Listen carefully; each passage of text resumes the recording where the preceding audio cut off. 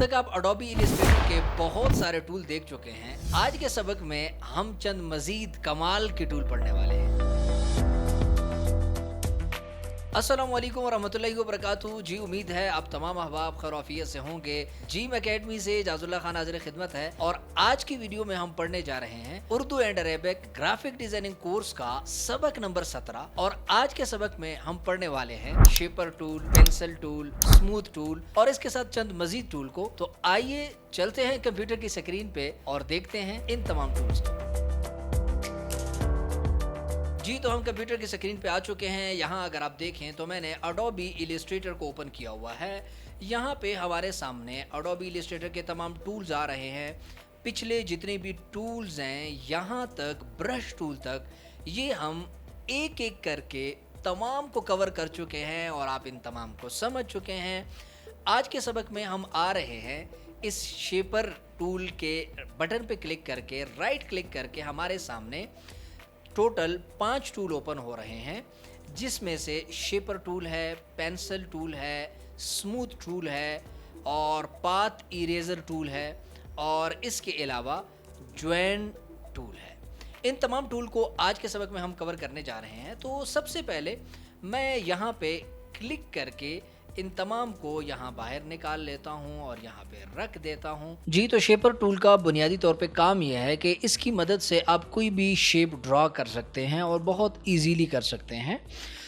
जैसा कि मैं इस शेपर टूल पे क्लिक करूँगा और क्लिक करने के बाद अगर मैं यहाँ से रैंडमली कोई ऐसे करके, ये देखें मैंने शेप ड्रॉ किया, मैं माउस का बटन जैसे ही छोड़ूंगा तो ये देखें बॉक्स बन गया। ठीक है, सेम इसी तरह इसको मैं साइड पे रख देता हूँ छोटा करके। मैं दोबारा से यहाँ से शेपर टूल लेता हूँ और टूल लेकर या यूँ करके सर्कल ड्रॉ करता हूँ। ठीक है, ये देखें ऐसा ड्रॉ हो गया। ऐसे करके, ऐसे करके, ऐसे करके, ऐसे करके, ऐसे करके कुछ ऐसे ड्रॉ कर रहा हूँ, कुछ भी नहीं बना। ठीक है, बहुत ही आउटपटांग था। तो ऐसे करके, ऐसे करके, ऐसे करके, ऐसे अब बन गया। ठीक है, तो ये शेप बन गया और इसकी मदद से आप कोई भी शेप बना सकते हैं और इस तरीके से आप कोई भी शेप जो आपको अच्छा लगे इस टाइप के शेप इससे बन सकते हैं। ठीक है, तो शेपर टूल का काम यही होता है, यानी जो बॉक्स आपने यहाँ से टूल उठा के ऐसे करके शिफ्ट का बटन प्रेस करके और इसको ड्रॉ करना है, तो सेम वही वाला काम आप इस शेपर टूल की मदद से कर सकते हैं। ये आपको समझ आ गया। इसको मैं यहाँ से डिलीट कर देता हूँ और दोबारा से यहाँ पे मैं नेक्स्ट टूल को देख लेता हूँ। नेक्स्ट टूल पे हम आते हैं, वो है पेंसिल टूल।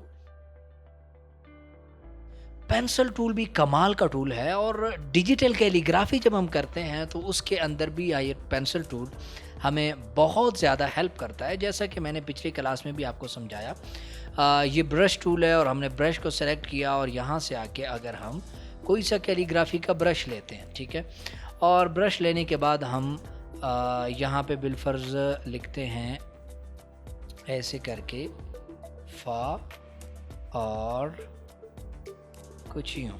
ठीक है, अब आगे को हमने रा बनानी है तो उसके लिए हम इस टूल का यूज़ कर रहे होते हैं। ठीक है, पेंसिल टूल, तो रा को हम ऐसे करके ऐसे और इस अंदाज से हम रा बना लेते हैं। ये देखें, ठीक है। तो पेंसिल टूल बहुत कमाल का टूल है अडोबी इलस्ट्रेटर के टूल्स में से। ठीक है, इसी पेंसिल टूल की मदद से आप कुछ लिख भी सकते हैं। मैं इसको साइड पे रख देता हूँ।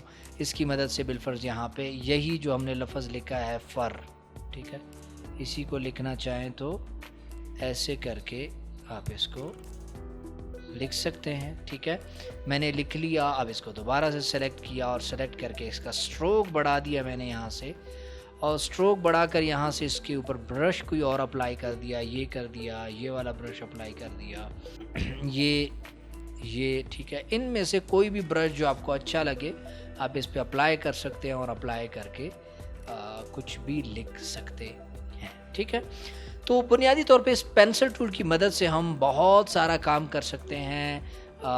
यानी हमने कुछ बनाना है, ये देखिए कोई शेप बनानी है तो इस पेंसिल टूल की मदद से इजीली हम बना सकते हैं।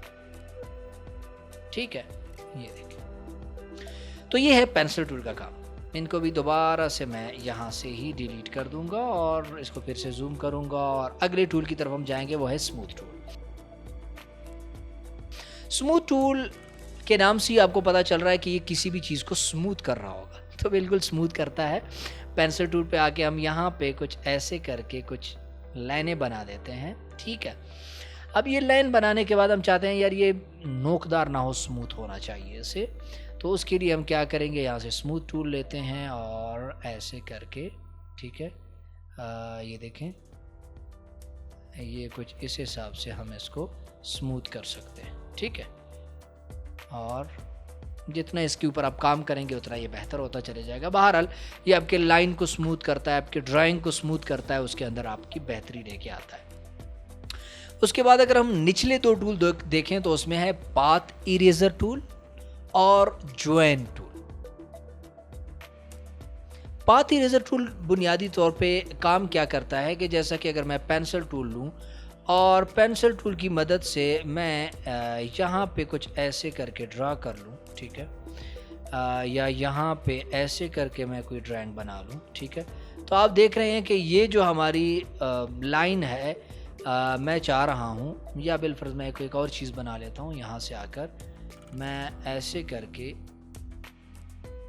ऐसे, ठीक है, यूँ समझ ले मुझे आइकॉन बनाना था लोकेशन वाला, ठीक है, तो मैंने ऐसे करके एक ड्राइंग बनाई और लेकिन ये लाइन ज़ायद निकली हुई है, ये भी ज़ायद निकली हुई है, तो इनको मैं मिटाना चाह रहा हूँ, तो उसके लिए हम यहाँ से पाथ इरेजर टूल लेंगे, ठीक है। ये पेन का रबड़ है एक किस्म का, जो पेन के बैक पे लगा हुआ होता है, ठीक है, जो हम यूज़ करते थे बचपन में। इसके ऊपर क्लिक करते हैं तो आप देखें ये जो पेन का निशान है, पेन उल्टा हो गया है। पहले पेन सीधा था लिखने के लिए, अब पेन उल्टा हो गया, यानी उसकी बैक साइड इधर को आ गई है, जो हमें ये बता रही है कि भाई ये रबड़ आप यूज़ कर रहे हैं। तो यहाँ से अगर मैं क्लिक करूँगा, ठीक है, ये देखें ऐसे, तो ये मिट रहा है यहाँ से, ठीक है, ये देखिए सही है। अगला काम हमारा ये ज्वाइंट है कि ये और ये आपस में मिल जाएं, तो नेक्स्ट जो टूल है ज्वाइंट, वो यही काम करता है कि इन दो को आप आपस में मिला सकते हैं। आगे समझ दोबारा से करके देता हूँ, कंट्रोल Z और यहाँ से ऐसे कर देते हैं, देखें तो ये ज्वाइंट हो गया यहाँ पे, सही है। तो ये हमारा एक जुगाड़ू सा आइकन बन गया, जो लोकेशन का आइकन हम यूज़ कर रहे होते हैं। तो इस तरीके से यहाँ पे हमने 5 टूल डिस्कस किए, shaper tool, pencil tool, smooth tool, path eraser tool और ज्वाइंट टूल। उम्मीद है आपको ये 5 टूल पसंद आए होंगे। पसंद आए हैं तो अभी इस चैनल को सब्सक्राइब कीजिए और वीडियो को लाइक कीजिए, और कोई भी चीज़ आपको यहाँ पे समझ नहीं आई तो आप कमेंट बॉक्स में कमेंट करके उसे पूछ सकते हैं, इंशाल्लाह आपको जवाब मिल जाएगा। ये वीडियो अपने दोस्तों के साथ भी शेयर ज़रूर कीजिए। इंशाल्लाह मिलते हैं हम नेक्स्ट सबक में, तब तक के लिए मुझे अपनी दुआओं में ज़रूर याद रखिए। वस्सलाम।